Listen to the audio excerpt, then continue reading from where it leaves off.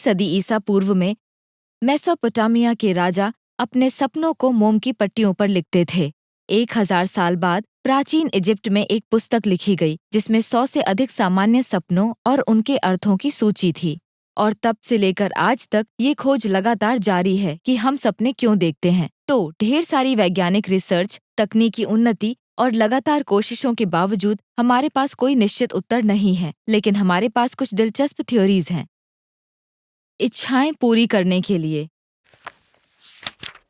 1900 के दशक की शुरुआत में सिगमंड फ्रॉइड ने कहा कि हमारे सभी अच्छे बुरे सपने हमारे रोजमर्रा के जीवन की छवियों का एक संग्रह है।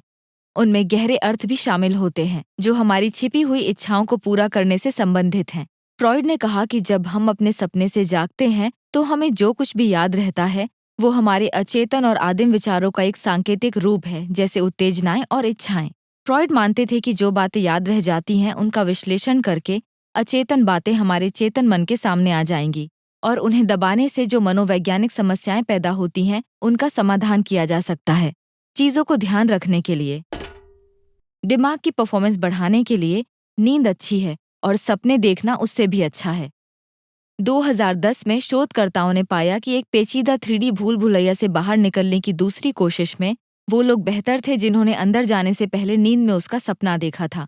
वे उनकी तुलना में 10 गुना तक बेहतर थे जिन्होंने भूल भुलैया जाने से पहले उसके बारे में सिर्फ सोचा था, या जिन्होंने झपकी तो ली पर भूल भुलैया का सपना नहीं देखा। शोधकर्ताओं का मानना है कि कुछ यादें तभी प्रोसेस हो सकती हैं जब हम सो रहे हों, और हमारे सपने एक संकेत हैं कि ये प्रतिक्रियाएं हो रही हैं। भूलने के लिए आपके दिमाग में तंत्रिकाओं के लगभग 10,000 ट्रिलियन कनेक्शंस हैं। वो आपके हर विचार और आपके द्वारा किए गए हर काम से बनते हैं। सपनों पर 1983 की एक न्यूरोबायोलॉजिकल थ्योरी रिवर्स लर्निंग के मुताबिक सोते समय और खास तौर पर REM या रैपिड आई मूवमेंट के दौरान नियोकॉर्टेक्स इन कनेक्शंस की जांच करता है और अनावश्यक कनेक्शंस को निकाल देता है। इस साफ सफाई की प्रक्रिया के बिना, जो सिर्फ सपनों के दौरान होती है, दिमाग बेकार के कनेक्शन से भर जाएगा और अनावश्यक विचार हमारे सोचने की प्रक्रिया में बाधा डालेंगे। दिमाग को काम में लगाए रखने के लिए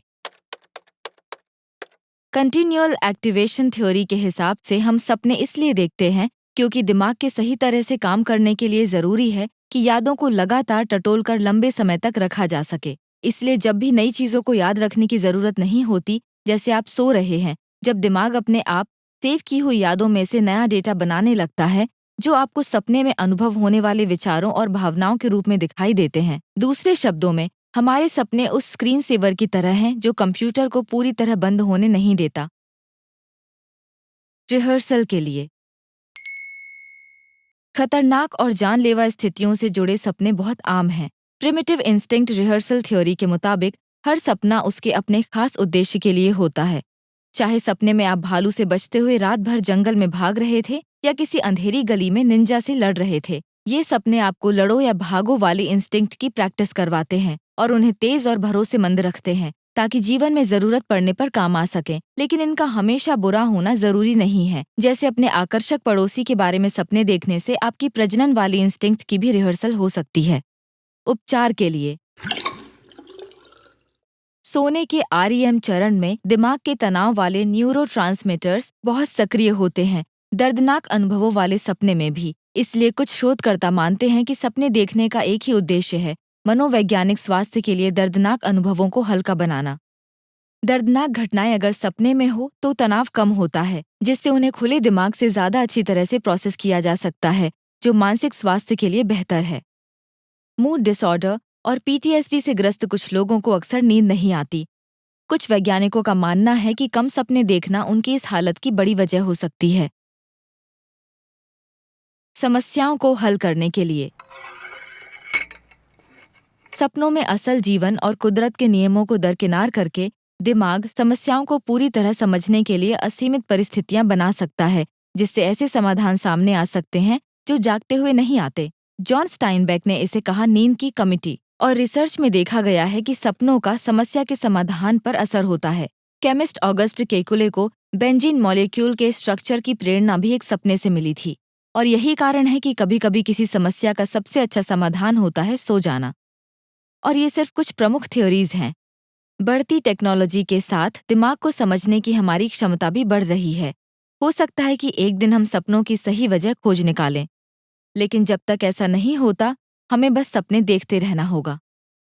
दिलचस्प इतिहास, आउटर स्पेस के रोमांच, दिमाग घुमाने वाली फिलॉसफी, अपने शरीर या किसी भी विषय पर सवालों के जवाब पाने के लिए इस चैनल को सब्सक्राइब करें और अपनी उत्सुकता बनाए रखें।